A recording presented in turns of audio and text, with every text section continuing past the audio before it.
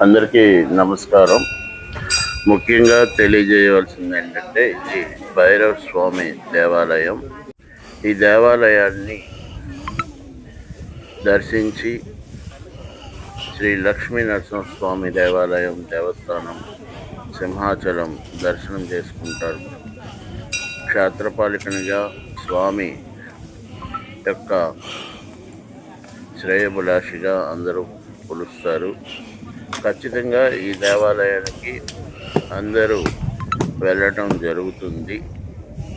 అయితే ఈ దేవాలయానికి వెళ్ళే మార్గం చాలా ఇబ్బందికరంగా మారడం మరియు కొంత ముందే మూసివేయడం జరిగింది. ఈ రోడ్డు కూడా చాలా చెత్తగా విపరీతమైన ఇబ్బందులు కలిగి ఉంది. అటవీ శాఖ ఈ త్రోవ ఎందుకు మూసిందో కూడా తెలియటం లేదు. చాలా అసంఘటిత కార్యక్రమాలు జరుగుతున్నాయనే ప్రచారం జరుగుతుంది, కానీ లోపల ఏదో ప్రత్యేకత ఉంది అనేది ఒక భావన.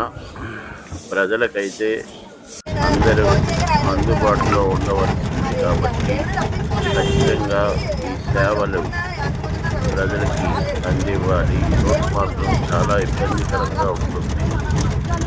అటవీ శాఖ వాళ్ళు కొంతమందిని తరలించిన మిగతా వాళ్ళు కూడా ఇబ్బంది పడే పరిస్థితి, నడవలేని పరిస్థితి. ఈ పరిస్థితిని ప్రభుత్వం ఇమ్మీడియట్గా గమనించి ఒకవేళ అటవీ శాఖలో ఉంటే ఆ మార్గాన్ని అంతా ఇటు అటు ఒక 50 అడుగుల వెడల్పులో ఒక ఫెన్సింగ్ నిర్మించి అక్కడికి వెళ్ళడానికి కొంత పార్కింగ్ని ఏర్పాటు చేసి ప్రభుత్వం ఇమీడియట్గా ప్రజలకు అందుబాటులో వెహికల్ గుడి వరకు వెళ్ళేటట్టు చేయగలరని కోరుకుంటున్నాము. ఎందుకంటే నడక త్రోవ చాలా ప్రమాదకరంగా పెద్ద పెద్ద రాళ్లతో చాలా ఇబ్బందిగా ఉంది.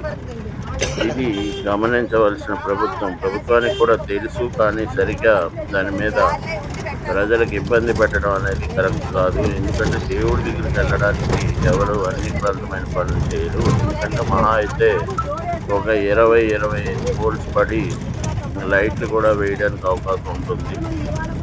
దేవస్థానంకి వచ్చే ఆదాయంలో అది మనం చేసుకోవచ్చు. ఇంకా కావలిస్తే దాతలు కూడా వస్తారు. ఆ మార్గాన్ని అటవీ శాఖ వాళ్ళు, ప్రభుత్వ అధికారులు, రాష్ట్ర ప్రభుత్వం, కేంద్ర ప్రభుత్వం